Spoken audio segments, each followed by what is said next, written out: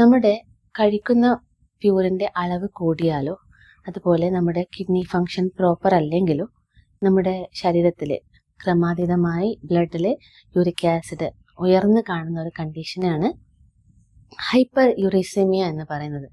അപ്പോൾ നമുക്ക് യൂറിക് ആസിഡിൻ്റെ നോർമൽ ലെവൽ നോക്കാം. അത് പുരുഷന്മാരിൽ 7.2 mg/dL വരെ ആവാം.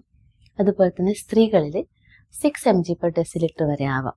പക്ഷേ സ്ത്രീകളിൽ ഒരു പെരിമെനോപോസൽ സ്റ്റേജിൽ, അതായത് ആർത്തവ വിരാമത്തിനോടനുബന്ധിച്ചുള്ള സമയങ്ങളിലും അതുകൂടാതെ മെനോപോസ് കഴിഞ്ഞതിന് ശേഷം, അതായത് ആർത്തവ വിരാമത്തിന് ശേഷം നമുക്ക് യൂറിക് ആസിഡിൻ്റെ ലെവൽ സ്ത്രീകളിൽ ഈ 6 mg/dL എന്ന് പറഞ്ഞതിലും കൂടുതൽ കാണുന്നുണ്ട്.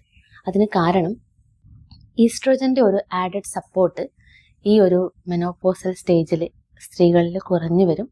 ഈസ്ട്രോജൻ നമ്മുടെ യൂറിക് ആസിഡിൻ്റെ ലെവലിനെ നോർമലൈസ് ചെയ്യാൻ ഹെൽപ്പ് ചെയ്യുന്നൊരു ഫാക്ടറാണ്. അപ്പോൾ ഈസ്ട്രോജൻ കുറയുമ്പോൾ ഓട്ടോമാറ്റിക്കലി യൂറിക് ആസിഡ് ഹൈ ആയി കാണാറുണ്ട്. ഇത് നമ്മുടെ ജീവിതശൈലി ക്രമീകരണം കൊണ്ട് നമുക്ക് നോർമലാക്കി കൺട്രോൾ ചെയ്ത് വെക്കാൻ പറ്റും.